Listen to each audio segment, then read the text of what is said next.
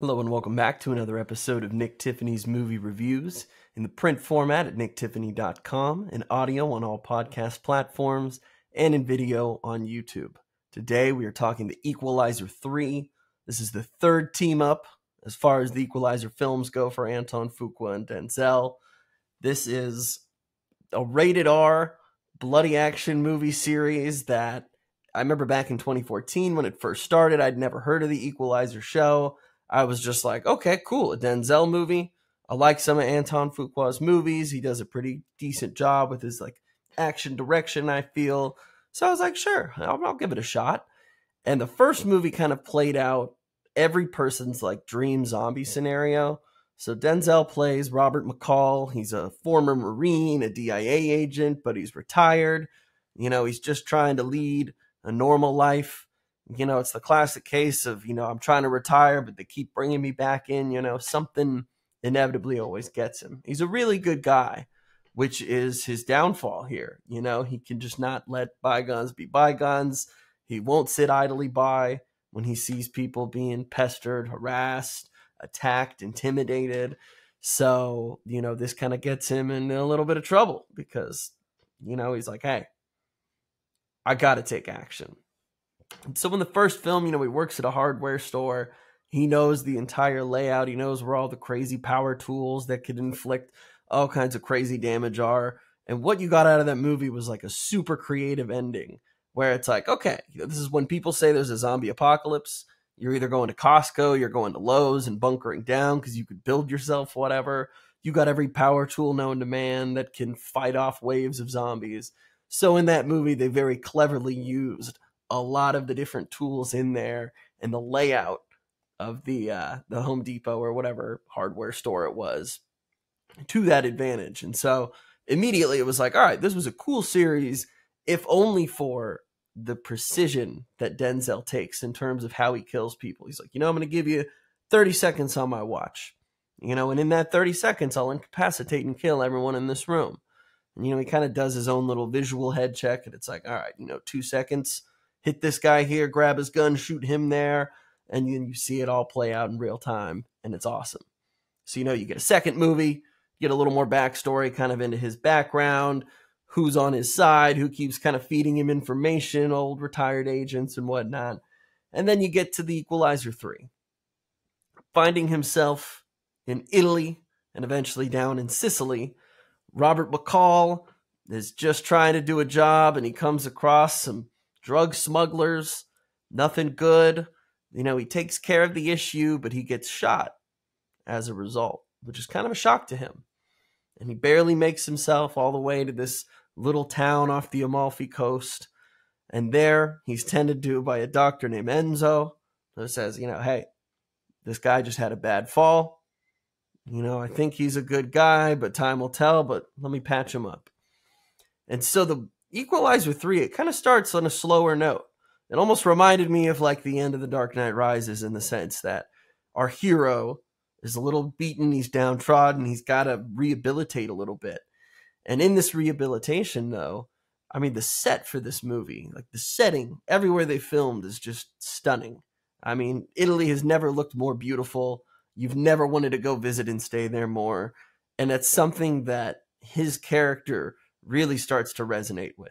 There's this idea that, okay, maybe I won't be able to find peace anywhere I go because trouble will either always find me or it'll always arise from someplace.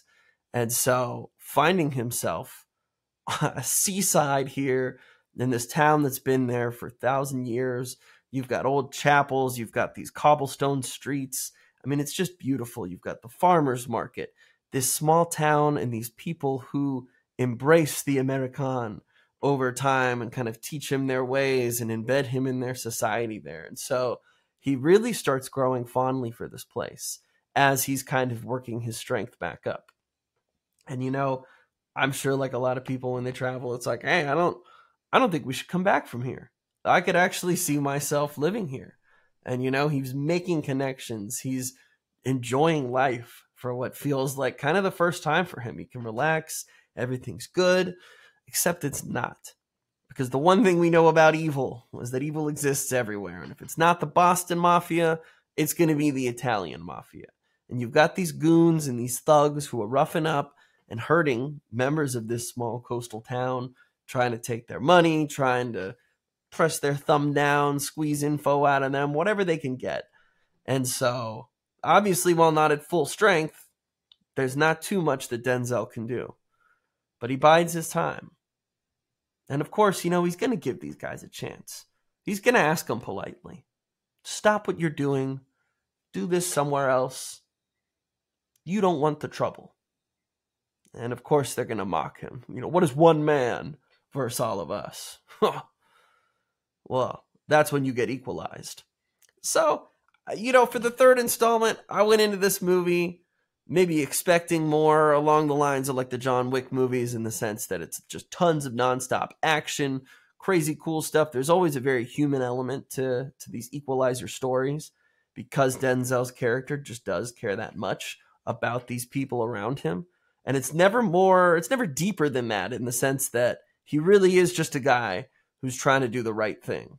You get the feeling that he doesn't really have much in his own life to live for. And so he fights for the people who can't fight for themselves. I mean, he's like a Batman in plain street clothing who gives you that Denzel smirk when he tells you he's going to whoop your ass. Now, he's going to do more than whoop your ass, but I mean, he's going to tell you. He's going to make sure that you know. And he's going to give that signature smirk. And it is just so much fun to watch Denzel in movies. I mean, he's already arguably one of the greatest actors of all time, certainly of his generation and certainly of those working both theatrically, on the stage. I mean, he is just a brilliant, brilliant actor. And so to see him kind of play these roles is a little more fun. I mean, obviously we've seen the Training Day Denzel, we've seen Glory Denzel, we've seen all the August Williams Denzels, but this McCall role is just really fun for him. I get the feeling that he just really enjoys this. Otherwise, he wouldn't come back for a second and third movie. And there is just almost like this kind of superhero degree to what he does.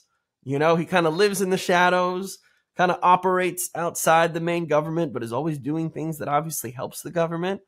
It's this side of like everybody he's hurting and killing are like really bad people.